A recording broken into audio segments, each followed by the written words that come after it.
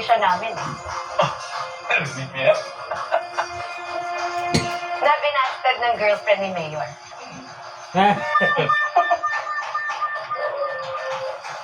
Samson, Chief, welcome to Station 12. salamat ho.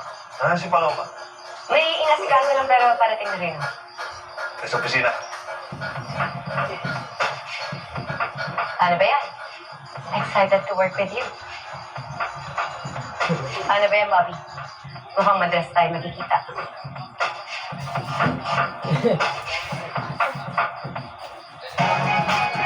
Narinig niya? Sikat daw ako sa station nila. Ah, sige, back to work. Back to work. Bunso, tignan mo. Ang aga-aga, puro pantasya inaatupag oh. Oo nga. Pare, hindi na bang fantasy itong ginagawa ko? Ano yan? Ibig sabihin, minangyari na Amy ni Faye? Uy, gusto mo? Ganun. Eh ano nga, sabihin mo. Pre, umami na sa akin si Faye. Ano? Na may gusto rin daw siya sa akin. Uy, boss oh. Uy, mas maniniwala pa ako sa politiko kaysa sa'yo. Sinungaling! Wala akong pakialam kahit di kayo maniwala. Ayun oh. Pantasya pa rin yan, no? Oh, ayun oh, tignan nyo. Wow!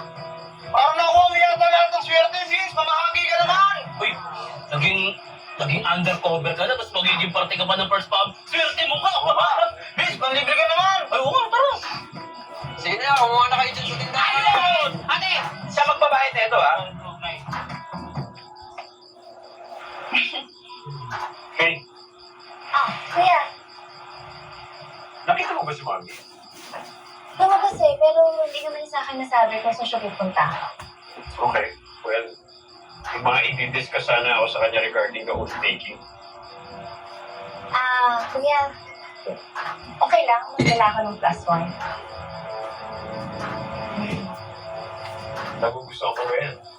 I'm sure, kasi kung nabubuhay pa si Daddy, sigurado din ako na magugustuhan niya yung tao ko.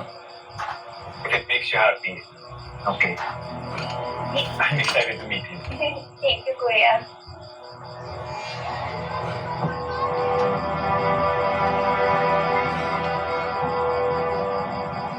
Sarap, eh? Ano, okay na kayo? Oh, wala talaga sasarap sa libre. Cheers. Sarap. Mo. Uy, basta. Balita. Pre, nalilibre si Miso, nasa good mood. Nalibre ka na. Oo. Teka, anong meron? Birthday mo ba? Ay, hindi. Pre.